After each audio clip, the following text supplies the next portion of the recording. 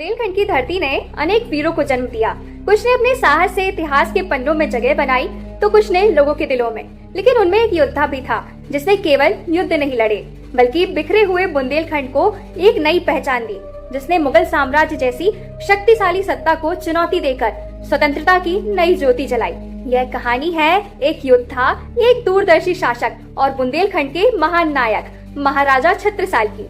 पिछले एपिसोड में हमने आला और उदय की अमर गाथा को जाना। इतिहास और लोक परंपरा में जीवित दो वीर जिन्होंने अपने स्वामी, अपनी धरती और अपने सम्मान के लिए अपना सर्वस्व समर्पित कर दिया। लेकिन समय के साथ चंदेल साम्राज्य का प्रभाव कम होने लगा। सत्ता बदली, परिस्थितियां बदली और बुंदेलखंड पर बाहरी शक्तियों का दबाव बढ़ता गया। आने वाली सदियों में यही धरती एक ऐसे नायक को जन्म देने वाली थी जो केवल अपने राज्य के लिए नहीं बल्कि पूरे बुंदेलखंड के स्वाभिमान के लिए संघर्ष करेगा।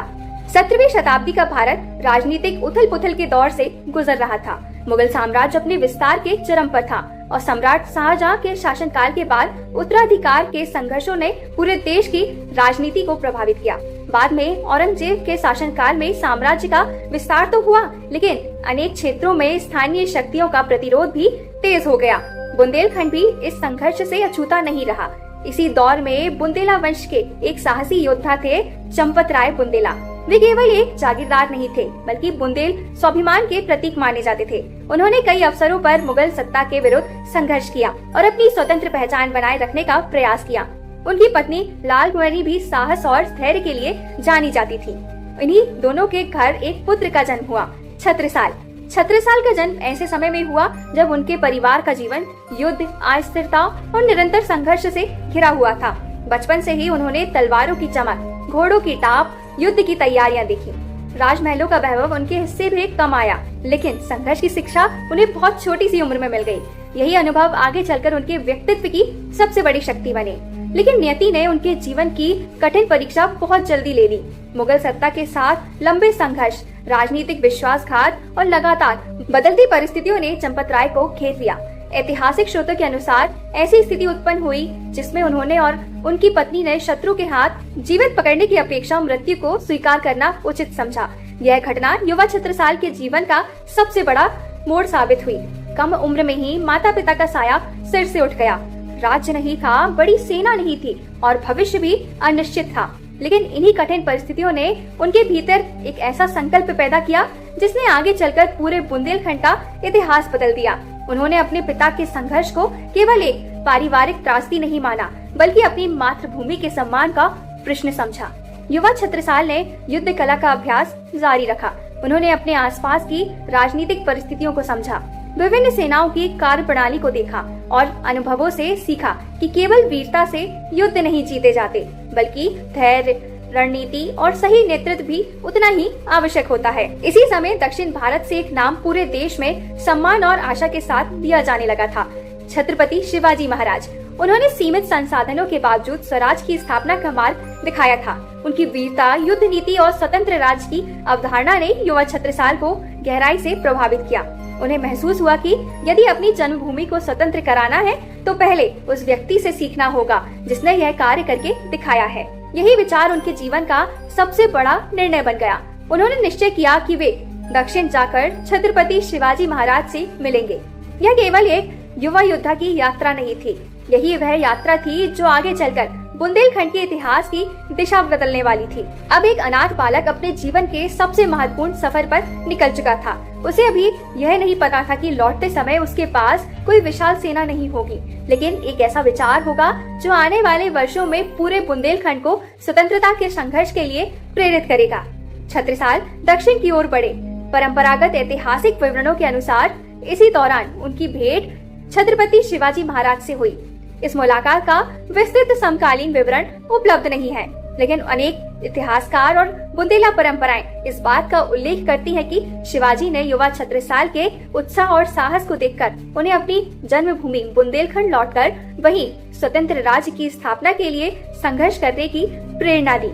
यही सलाह उनके जीवन की सबसे महत्वपूर्ण दिशा बन गई। छत्रसाल जब बुंदेलखंड लौटे तब उनके पास न कोई बड़ा राज्य था, न विशाल सेना और न ही अपार धन संपत्ति। उनके साथ केवल कुछ विश्वसनीय साथी थे। लेकिन इतिहास कई बार यह साबित कर चुका है कि किसी भी बड़ी परिवर्तन की शुरुआत संख्या से नहीं बल्कि संकल्प से होती है। सन 1671 के आसपास छत्रसाल ने बुंदेलखंड में अपने स्वतंत्रता अभियान की शुरुआत की। प्रारंभिक दिनों में उन्होंने सीधे विशाल मुगल सेना से टकराने की वजह छोटे छोटे ठिकानों और स्थानीय मुगल अधिकारियों को लक्ष्य बनाया। इससे एक ओर उनका आत्मविश्वास बढ़ा तो दूसरी ओर लोगों को यह विश्वास होने लगा कि मुगल सत्ता अजय नहीं है। बुंदेलखंड की भौगोलिक बनावट ने भी इस संघर्ष में महत्वपूर्ण भूमिका निभाई। विंध्य पर्वतमाला की पहाड़ियाँ, घने जंगल, गहरी घाटियाँ और दुर्गम रास्ते छत्रसाल के लिए प्राकृतिक सुरक्षा कवच बन गए। वे भूगोल का उपयोग युद्ध नीति के रूप में करते थे। अचानक आक्रमण करना, तेजी से स्थान बदलना और शत्रु को उसकी तैयारी से पहले चुनौती देना उनकी रणनीति का महत्वपूर्ण हिस्सा था। धीरे धीरे उनकी छोटी सी टुकड़ी एक संगठित सेना में बदलने लगी। अनेक स्थानीय सरदार, किसान और युवा उनके साथ जुड़ते चले गए। यह केवल सैनिकों की संख्या बढ़ने की कहानी नहीं थी, बल्कि बुंदेलखंड में आत्मविश्वास लौटने की शुरुआत थी। लोग अब छत्रसाल में केवल एक योद्धा नहीं बल्कि अपने भविष्य का नेतृत्व देखने लगे थे। छत्रसाल केवल युद्ध जीतना नहीं चाहते थे, वे ऐसा राज्य बनाना चाहते थे जहां स्थानीय लोगों को सम्मान मिले और शासन बाहरी नियंत्रण के बजाय स्थानीय नेतृत्व के हाथों में हो। यही सोच उनके संघर्ष को एक साधन विद्रोह से अलग बनाती है। आने वाले वर्षों में उन्होंने एक के बाद एक अनेक क्षेत्रों पर अपना प्रभाव स्थापित किया। उनकी बढ़ती शक्ति ने मुगल प्रशासन का ध्यान अपनी ओर खींचना शुरू कर दिया। अब वे केवल एक विद्रोही सरदार ही नहीं थे, वे बुंदेलखंड में उभरती हुई एक नई राजनीतिक शक्ति बन चुके थे। मुगल साम्राज्य के लिए यह चिंता का विषय था। औरंगजेब के शासनकाल में पहले ही दक्कन, राजपूताना और अन्य क्षेत्रों में अनेक संघर्ष चल रहे थे। अब बुंदेलखंड भी एक नए प्रतिरोध का केंद्र बनता दिखाई दे रहा था। लेकिन यह तो केवल शुरुआत थी।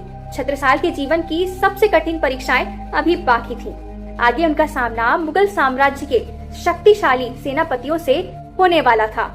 इन्हीं संघर्षों में उनकी वीरता, उनकी रणनीति और उनके नेतृत्व की वास्तविक परीक्षा हुई और यही युद्ध उन्हें इतिहास में महाराजा छत्रसाल के रूप में अमर बनाने वाले थे। अब कहानी उस मोड़ पर पहुंच चुकी थी जहां एक युवा योद्धा का सामना धीरे धीरे वास्तविकता में बदलने लगा था। लेकिन स्वतंत्र राज्य की स्थापना का मार्ग अभी भी आसान नहीं था। आने वाले वर्षों में छत्रसाल को मुगल साम्राज्य की शक्तिशाली सेनाओं का सामना करना पड़ा।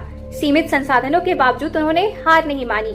अपनी युद्ध नीति, स्थानीय भूगोल की गहरी समझ और जनता के सहयोग के बल पर उन्होंने बार बार मुगल सेनाओं को चुनौती दी। धीरे धीरे बुंदेलखंड के बड़े हिस्सों पर उनका प्रभाव स्थापित होने लगा और एक स्वतंत्र बुंदेला राज आकार लेने लगा। महाराजा छत्रसाल केवल एक वीर योद्धा ही नहीं बल्कि एक दूरदर्शी शासक भी थे। उन्होंने अपने राज्य में प्रशासन को सुदृढ़ किया, कृषि को प्रोत्साहन दिया, व्यापार को बढ़ावा दिया और धर्म एवं साहित्य तथा संस्कृति के संरक्षण पर विशेष ध्यान दिया। उनके शासन काल में पन्ना एक महत्वपूर्ण राजनीतिक और सांस्कृतिक केंद्र के रूप में विकसित हुआ।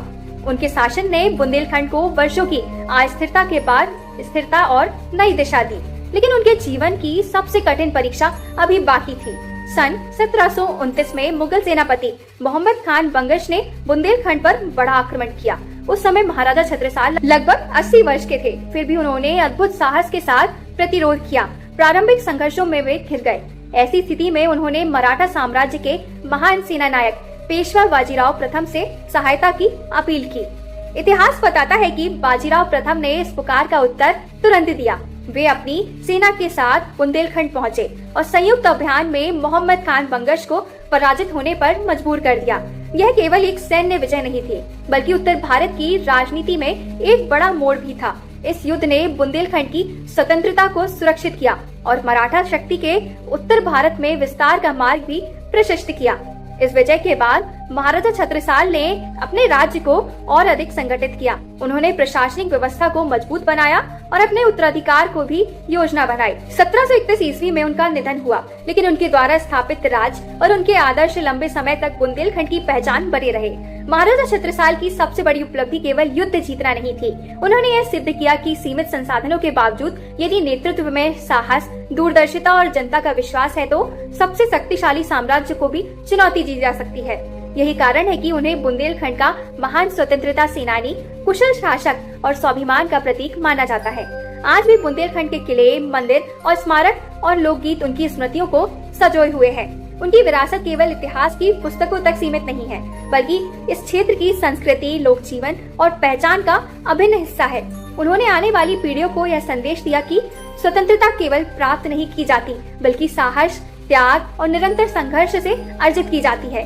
महाराजा छत्रसाल ने केवल एक स्वतंत्र राज्य की स्थापना नहीं की, बल्कि बुंदेलखंड की राजनीतिक स्थिरता, आर्थिक समृद्धि और सांस्कृतिक उन्नति को नई दिशा भी दी। उनके संघर्षों की बदौलत यह धरती एक ऐसे दौर में प्रवेश कर रही थी जिसे इतिहासकार बुंदेलखंड के सबसे समृद्ध कालों में से एक मानते हैं।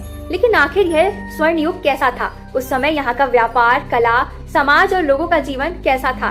इन्हीं सवालों के जवाब लेकर हम लौटेंगे अपनी डॉक्यूमेंट्री श्रृंखला बुंदेलखंड, मिट्टी, संघर्ष और विरासत की कहानी के अगले एपिसोड में, जहां जानेंगे बुंदेलखंड का स्वर्ण युग। तो जुड़े रहिए हमारे साथ हमारी डॉक्यूमेंट्री सीरीज बुंदेलखंड में, सिर्फ और सिर्फ हमारे YouTube चैनल ज्ञान थोड़ा हटके पे।